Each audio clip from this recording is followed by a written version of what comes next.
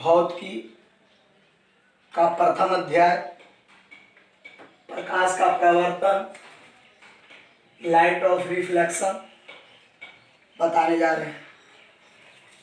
ध्यान से सुनेंगे और इसको समझेंगे। सबसे पहले हम आपको ये बता देते हैं, भौतिकी फिजिक्स, इसको नेचुरल साइंस कहा जाता है। इसकी परिभाषा में निर्जीव विज्ञान की वह शाखा जिसमें प्राकृतिक घटनाओं के बारे में अध्ययन किया जाता है, उसे भौतिकी विज्ञान कहते हैं, जो कि आप लोग को 9th में भी यह परिभाषा दिया गया था। क्लास कोई भी हो, सब्जेक्ट का परिभाषा बदलता नहीं है, सब्जेक्ट का परिभाषा वही होता है। तो भौतिक विज्ञान निर्जीव विज्ञान की शाखा है। आपको विज्ञान के भी बारे में बताया, विज्ञान के कितने प्रकार होते हैं उसके बारे में भी बताया गया। उसी में सजीव विज्ञान था और निर्जीव विज्ञान था। सजीव विज्ञान के अंतर्गत आपको जीव विज्ञान और निर्जीव विज्ञान के अंतर्गत भौतिकी विज्ञान और रसायन विज्ञान आता है। भौतिकी विज्ञान और रसायन विज्ञान आता है, जिसमें रसायन विज्ञान का परिभाषा भी बताया गया है, केमिस्ट्री के 2 अध्याय के बारे में बताया गया है। आज हम आप लोग को यूट्यूब चैनल के माध्यम से फिजिक्स का पहला चैप्टर प्रकाश का परावर्तन और दूसरा चैप्टर प्रकाश का अपवर्तन। कुछ किताबों में परावर्तन और अपवर्तन को एक ही बार में बताया गया है, लेकिन कुछ किताबों में अलग अलग। आपको यहाँ से दोनों को अलग अलग बताया जाएगा, परावर्तन को अलग से, अपवर्तन को अलग से। जिसमें सबसे पहले हम लोग प्रकाश के परावर्तन के बारे में बात करेंगे, लाइट ऑफ रिफ्लेक्शन के बारे में कि प्रकाश का परावर्तन है क्या। तो आइए इस पहला अध्याय, first exercise, light of reflection, 10th class का फिजिक्स, यही आप लोग आगे चल करके ऑप्टिकल चैप्टर बनेगा। तो लाइट ऑफ रिफ्लेक्शन में पहले हम लाइट के डिफिनेशन करते हैं। प्रकाश क्या है? प्रकाश वह भौतिक कारक है जिसके मदद से, सहायता से हम किसी वस्तु को देखते हैं या देखने की सहानुभूति होती है।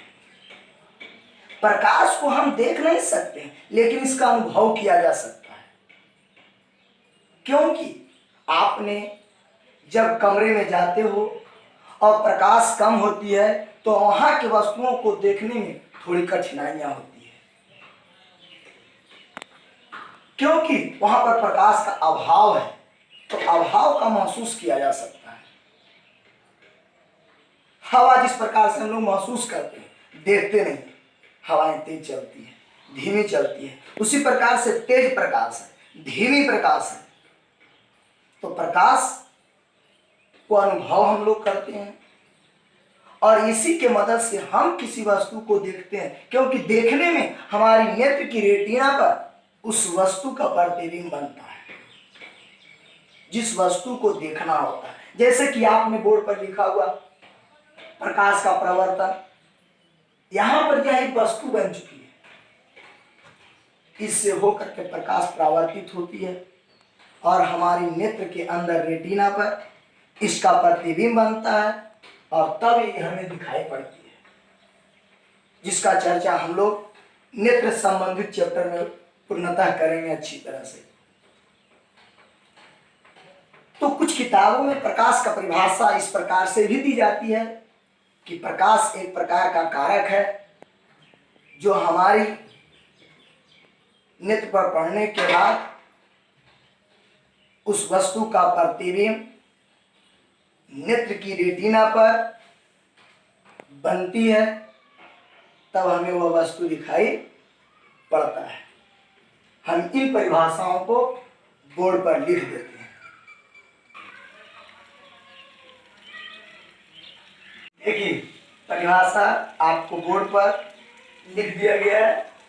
प्रकाश वह बाह्य भौतिक कारण है। यहाँ पर कारण है और यहाँ कारक है, ये नहीं समझिएगा ये दोनों अलग है। प्रकाश वह बाह्य भौतिक कारण है जिससे हमें देखने की अनुभूति होती है। अथवा हम ऐसे नहीं बोल सकते कि प्रकाश वह भौतिक कारक है जिसके सहायता मदद से हम वस्तु को देखते हैं। ऐसे भी इसको बोल सकते हैं, प्रकाश ऊर्जा का एक रूप है। यानी प्रकाश एक ऊर्जा है। यह प्रकाश का विशेषता में आता है, हम आगे उसी की चर्चा करेंगे। ऊर्जा का रूप है जो किसी वस्तु पर पड़ने के बाद नेत्र की रेटिना पर उसका प्रतिबिंब बनाता है। यानी तीनों में से किसी भी परिभाषा को हम लोग यथासंभव जैसे भी बोले, छोटा करके बोले, बड़ा करके बोले, कोई दिक्कत नहीं है।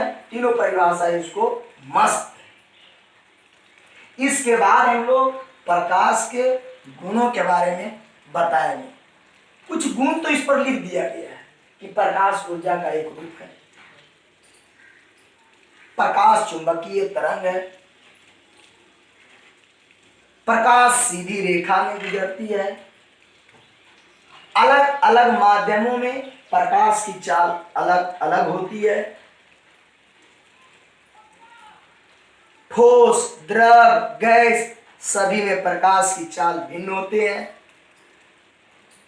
सबसे अधिक प्रकाश की चाल निर्वात और हवा में होती है, और इन दोनों में कंपेयर करेंगे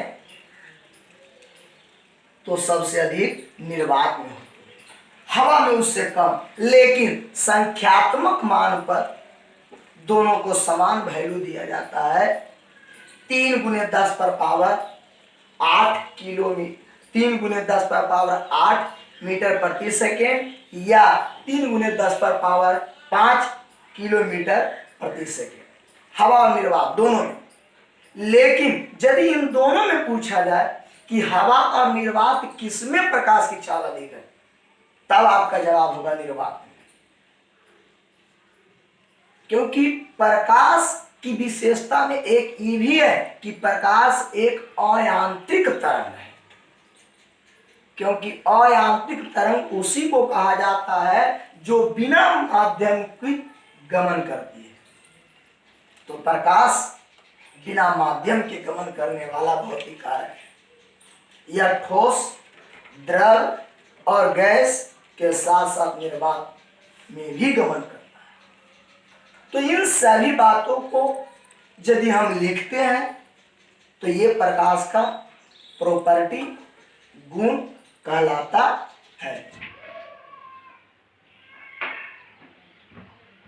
देखिए प्रकाश के गुण, लाइट ऑफ प्रॉपर्टी। पहला, प्रकाश सीधी रेखा में गुजरता है। ताय और ती दोनों बोला जा सकता है, यहाँ कोई ऑब्जेक्शन नहीं। प्रकाश ऊर्जा का रूप है, प्रकाश आयांत्रिक तरंग है, अलग अलग माध्यम में प्रकाश की चाल भिन्न होता है। पांचवा, हवा कहिए या निर्वात, आपको बताया जा चुका है कि हवा या निर्वात में संख्यात्मक मान दोनों सेम होता है। तो हवा या निर्वात में प्रकाश की चाल 3 × 10⁻8 मीटर प्रति सेकेंड, ये मीटर है, और ये 3 × 10⁻5 किलोमीटर प्रति सेकेंड है। तो जब किलोमीटर में रहेगा तो 5 और मीटर में रहेगा तो 8, इसलिए ये ध्यान में रहे। ये हम लोग को बराबर एग्जाम में दिया जाता है कि निर्वात में प्रकाश की चाल कितना होती है, हवा में प्रकाश की चाल कितना होती है। हवा में ज्यादा उपयोग होता है इसके अगले चैप्टर में प्रकाश के अपवर्तन में, न्यूमेरिकल बनाने में, इसलिए इस बातों को ध्यान में रखिए।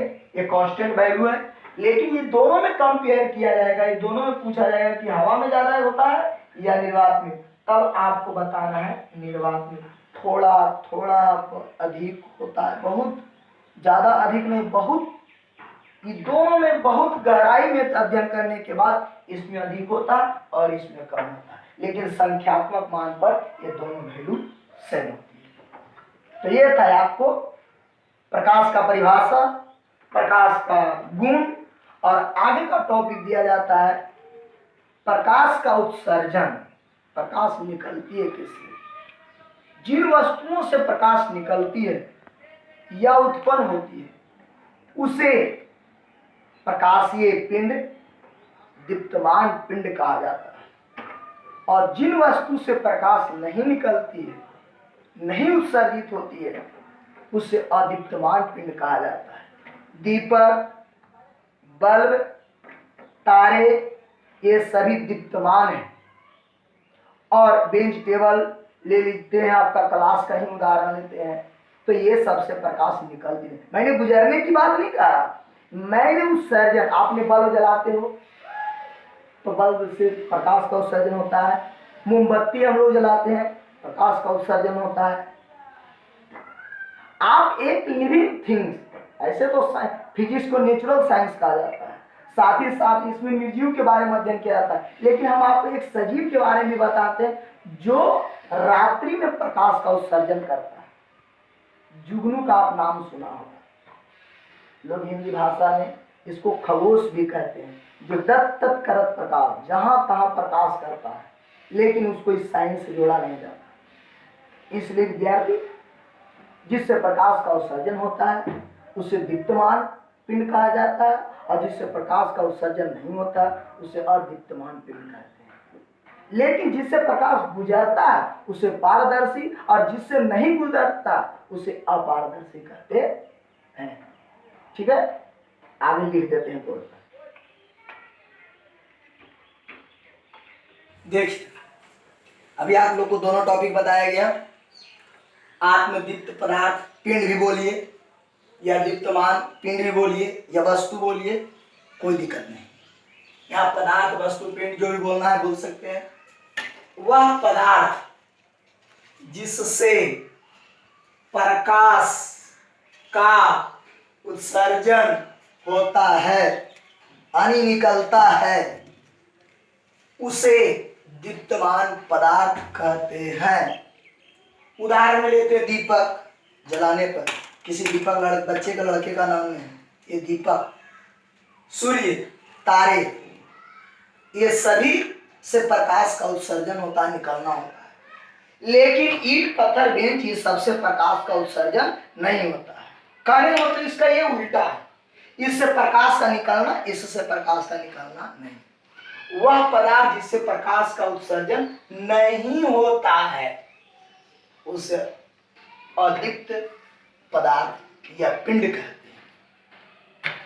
तो इस प्रकार से ये दोनों को डिफिनेशन दिया गया है, परिभाषित किया गया है उदाहरण के साथ। उदाहरण आपको लोग को एग्जाम्पल, एग्जाम्पल दर्शाया गया है, यहाँ पर भी और यहाँ पर भी। इसे और साथ ही साथ इसको लिखें, कॉपी पर नोट भी करें, और जो बच्चों की जानकारी में नहीं है उन सभी को अवश्य इसके बारे में बताएं। अब यह क्लास शुरू जब हो गया है तो अभी शुरू में आपको 10 मिनट 15 मिनट का वीडियो दिया जाएगा, फिर धीरे धीरे बढ़ाते जाएंगे। कुछ बच्चे अपने साधन की आवश्यकता को पूर्ति करेगा, हम भी अपने साधन की आवश्यकताओं को पूर्ति करेंगे, और पूर्ण रूप से अधिक क्लास खुल भी जाएगा तो पर भी आप लोग को रिवीजन पार्ट के लिए पर डे वीडियो दिया जाएगा, जिससे आप मोबाइल में फोन, ईयरफोन लगा करके सुन भी सकते हैं, देख भी सकते हैं। और यथासंभव प्रयास करें कि अध्ययन के समय में बुक की सहायता अवश्य लें। ठीक है, इसी चैनल पर फिर हम लोग मिलेंगे, तब तक के लिए बाय।